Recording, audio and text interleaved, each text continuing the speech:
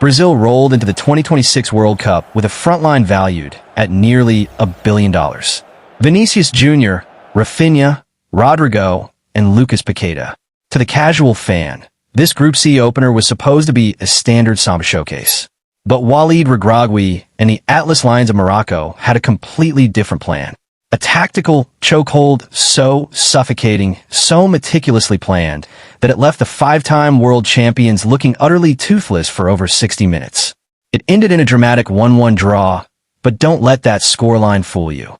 Brazil didn't draw because their system worked. They drew because individual genius bailed out a broken collective. For the majority of this match, Morocco gave the entire world the absolute blueprint on how to dismantle the beautiful game. In this video, we're going deep into the tactical whiteboard to show you the exact midfield cage, the fullback isolation traps, and the fatal mistakes that could ruin Brazil's entire World Cup dream.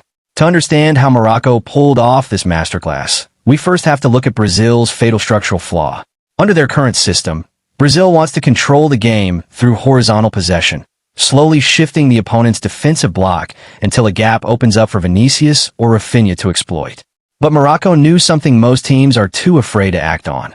Brazil's midfield is incredibly hollow, with Casemiro sitting deep as a lone anchor, and Lucas Paquetá pushed high up into the half spaces. A massive, yawning gap exists right in the center of the pitch. Regragui instructed his team completely ignore Brazil's center backs. Marquinhos and Gabriel were allowed to pass the ball back and forth as much as they wanted. Morocco didn't waste energy pressing them. Instead, they built a fortress right on the edge of the center circle. The moment Brazil tried to transition from side to side, the Moroccan trap was ready to snap. This is where Morocco's tactical discipline turned into modern art. Operating in a tight, compact 4-3-3 out of possession, Morocco's midfield trio operated like a sliding cage.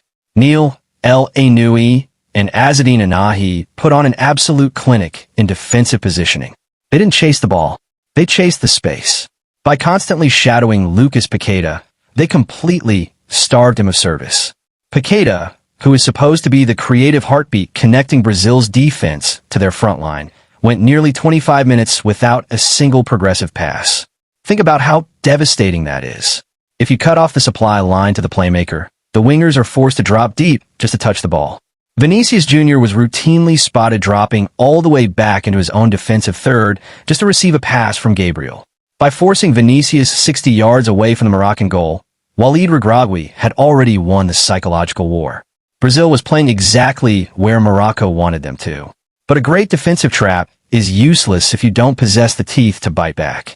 And in the 20th minute, Morocco bit down hard. It started with a careless, frustrated turnover from Brazil in the midfield. Sofiane Amrabat intercepted a lazy pass and immediately fed the ball to Brahim Díaz. Look at this positioning right here. Because Brazil's fullbacks were pushed incredibly high up the pitch to provide width, their transition defense was entirely exposed.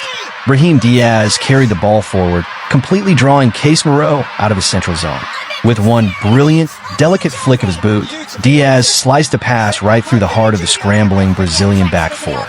Ismael Saibari timed his run to perfection. The powerhouse midfielder burst into the box with absolute conviction, leaving Roger Ibanez in his dust.